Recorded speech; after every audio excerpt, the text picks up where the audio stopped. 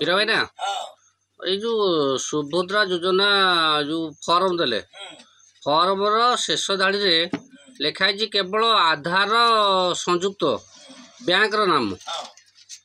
ଯେତେବେଳେ ସାଧାରଣ ଜନତା ଯାଉଛି ଇଏ କରିବା ପୋର୍ଟାଲ କରିବା ପାଇଁ ତାଙ୍କର ଆଧାର ନାଁ ଲଗେଇଲା ବେଳକୁ ଯେଉଁ ବ୍ୟାଙ୍କର ନାମ ଲେଖିଲା ବେଳକୁ ଆମ ଗାଁର 5 ନମ୍ବର ୱାର୍ଡ଼ର 3 ଜଣ ଲୋକଙ୍କର ଲେଖଉଛି କ'ଣ କି ଗ୍ରାମୀଣ ବ୍ୟାଙ୍କ ଗୋଟେ ରହିଥାଅ ତିରୁପତି ଗ୍ରାମୀଣ ବ୍ୟାଙ୍କ ଆମ ଯାକି ଓଡ଼ିଶା ଏପଟେ ବୋଧେ ନାହିଁ ସେ ଗୋଟେ ଆନ୍ଧ୍ରପ୍ରଦେଶର ଆନ୍ଧ୍ରାର। ତେଣୁକରି ଇଏ କ'ଣ ବିରାଟ ବଡ଼ ଘୋଟାଲା ନୁହଁ କି? ଦେଖୁନୁ ଜଗୁଲି ମୁଁ ତତେ ପୁରା ଫର୍ମ ଦେଖାଇଛି ଆଧାର ସଞ୍ଚୟ ଖାତା ଥିବା ବ୍ୟାଙ୍କ। ଆଜ୍ଞା ଭାଇ କୌଣସି ବ୍ରାଞ୍ଚ ନା ଲେଖି ନାହାନ୍ତି ଏ ଫର୍ମରେ। ଯଦି ସବୁ ରଖିଲ ଲେଖିବାକୁ ତାହେଲେ କୋଉ ବ୍ରାଞ୍ଚର ତମର ସେ କୋଉ ଏରିଆରେ ଯାଉଛି ତାର IFSC କୋଡ କେତେ ଇଏ ସବୁ ଯାକ ଲେଖିବା କଥା। କିନ୍ତୁ ଯେତେବେଳେ ତମେ ଆଧାର ସହିତ ବ୍ୟାଙ୍କ ସଂଯୋଗ କରୁଛ ସେ ବ୍ୟାଙ୍କ ଆଧାର ତାହେଲେ ଅଲଗା ଜାଗାକୁ ଯାଉଛି କେମିତି? ଏଇଟା ଅଲଗା ଯଦି ଲେଖିଲ ଏଇଠି ଆଧାର ସହିତ ସଂଯୋଗ ଥିବା ବ୍ୟାଙ୍କ କେବଳ ଏତିକି ଲେଖିଛ ତୁମେ ସେତିକି ଲେଖିଦେଲ ବ୍ୟାଙ୍କ ନା ତା ଦେହରେ କୌଣସି ଏରିଆର ବ୍ୟାଙ୍କ ରହିଲାନି କୋଉ ବ୍ରାଞ୍ଚ କୋଡ ନମ୍ବର ରହିଲାନି କି IFSC କୋଡ ନମ୍ବର ରହିଲାନି ତାହେଲେ କାହିଁକି ଘୋଟାଲା ନ ହବ?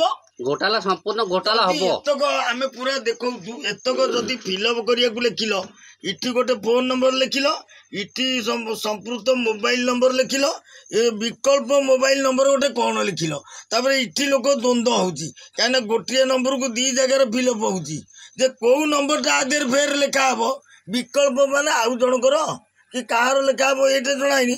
ଇଠି ଯୋଉ ଲେଖିଲ ଆଧାର ସହିତ ସଂଯୋଗ ଥିବା ବ୍ୟାଙ୍କ ନା ତମେ ବ୍ରାଞ୍ଚ ନା କାହିଁ ଲେଖୁନା କୋଉ ବ୍ରାଞ୍ଚ ଇଏ ହଉଛି ବଡ ଧରଣର ଘୋଟାଲା ଅଟୋମେଟିକ ହବ ପାଣି ପଡିବ ଯେତେବେଳେ ରାଜ୍ୟ ସରକାର ଇଏ ନେଇକି ସେ ପଇସା ଛାଡିବେ ଡାଇରେକ୍ଟ ପଇସା ଯିବ ସେ ବ୍ୟାଙ୍କକୁ ଯିବ ଆନ୍ଧ୍ର ଦେଖେଇଲା ଟଙ୍କା ଯିବ ଆନ୍ଧ୍ର ଆର ତ ବ୍ୟାଙ୍କ ସେଠି ବହି ନାହିଁ ତାହେଲେ ଟଙ୍କା ଆଣିବ କେମିତି ସେଠୁ ଆସିବ ପଇସା ଟଙ୍କା ଆସିବ। ଇଠି ବଡ ଧରଣର ସୁଭଦ୍ରା ଯୋଜନା ଫର୍ମ ବିଲ ମାନେ ଲେଖିବାର ତ୍ରୁଟି କାହିଁକି ଏଇ ତ୍ରୁଟିରୁ ପଳେଇବ କାହିଁକି ମୋର ଯେତେବେଳେ ତମ ନାଁ ଜଗବନ୍ଧୁ ଧର ସେ ଜଗବନ୍ଧୁ 5ଟା ବାହାରିବ ଆଧାର ନମ୍ବର ମାଇଲ ତାହେଲେ ଆଧାରଟା ଯଦି ଠିକ କହୁଛ ତାହେଲେ ଆନ୍ଧ୍ରା ଗଲା କେମିତି?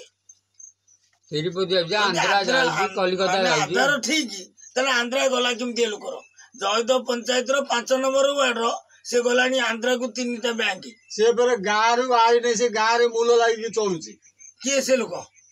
ଗୋଟିଏ ଆମେରିକାର ସଞ୍ଜୟ ସାମଲ ତା ଭିତରେ ଆଉ 3 ଜଣ। ତମ ସଞ୍ଜୟ ସାମଲର କୋଉଠିକି ଯାଇଛି? ତିରୁପତି ଯାଇଛି। ତମ ସଞ୍ଜୟର ତିରୁପତି ଯାଇଛି। ଜୟଦେବ ପଞ୍ଚାୟତ ପ୍ରତାପ ମାନେ ବାଲିଅନ୍ତା ବ୍ଲକ ଖୋର୍ଦ୍ଧା ଜିଲ୍ଲା ଇଏ ଯୋଉ ସୁଭଦ୍ରା ଯୋଜନା ପକେଇଲା ବେଳକୁ ଯାଇଛି ତିରୁପତି ଯାଇଛି। ତାହେଲେ ତମେ ପ୍ଲେନ ଭଡା କରିବ ଆଉ କଣ ଟଙ୍କା ଆଣିବାକୁ ବହି ନାହିଁ ଟଙ୍କା ଆସିବ କେମିତି? ସେ ବହି ନାହିଁ ତମର ପୁଅର କି ସାଡେ ସିଏ ତ ଦିନେ କାଳେ କୋଉ ଯୁଗରେ ବୁଲିବାକୁ ବି ଦିନେ କୁଆଡେ ଯାଇନେଇ।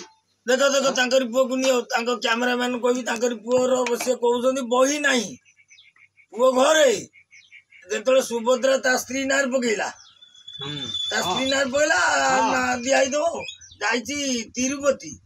ଆଜ୍ଞା ଦେଖନ୍ତୁ କେତେ ବଡ ଘୋଟାଲା ହଉଛି। ଏଥିରେ କଣ କରିବେ ଫେର ରାତି ଦିନ ଅନିଦ୍ରାଏ ପଡିକିରି ନିକି ଭାଙ୍ଗି କରୁଛନ୍ତି ହଉନାହିଁ ଏଇ ପ୍ରକାର ହଉଛି। ଆଉ ଯଦି ହେଲା ବି ସେ ଟଙ୍କା ତମର କେମିତି ଆସିବ? କେମିତି ଆସିବ କିଏ ଦବ ଆଣିକିରି? ତମ ପୁଅ ନା ସଞ୍ଜୟ? ସଞ୍ଜୟ କ'ଣ? ସଞ୍ଜୟ ସାମଲ। ତମେ ହଉଛ ତାଙ୍କ ବାପା ଶଙ୍କର ସାମଲ। ଆଉ ତାହେଲେ ତ ଭଲ ହେଇଛି ଆଉ ତମେ ତିରୁପତି ଦର୍ଶନ କରିବାର ହବ ଆଉ ଟଙ୍କା ଆଣିବାର ବି ହବ।